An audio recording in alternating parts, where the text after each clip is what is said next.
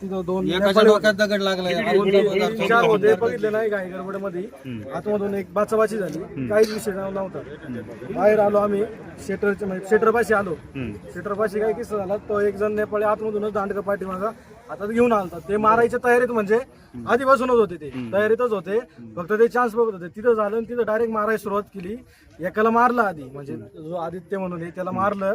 त्याला मी साईडला घेऊन गेलो. साईडला घेऊन परत आम्ही जास्त वर तो जो मारत होता ना विकास रोकडे, तर ते पूर्ण असे उलट पडलेले, रक्त बंबाळ अख्खं असं डोक्यातून रक्त गळत होतं. त्यांना उचलून सरळ केला मी, असे धार लागलेली, एवढं मारलेलं तिथं अशा फरशा पडलेल्या आहेत, अख्खं रक्त लागलेले आहेत. त्यांनी मारलं, कशाने मारलं? दांडगी होती, फरशी बिरशी दगडी बिगडींनी, म्हणजे डोक्यात फरशी बेअरच्या बाटल्या होत्या डोक्यात. फोटो आहेत ना साहेब? फोटो आहे त्या बघा, फोटो बघा. फोटो दाखव. किती दिवसात बाहेर बनवू शकतो? नाही, या प्रश्न पहिले विचारला पाहिजे ना. याला असं मारलं, याच्या सोबत दुसरा भयानकच आहे. पळवाट आहेत का नाही? आता फक्त लाईव्ह पळवाट शिल्लकच ठेवायची नाही आता.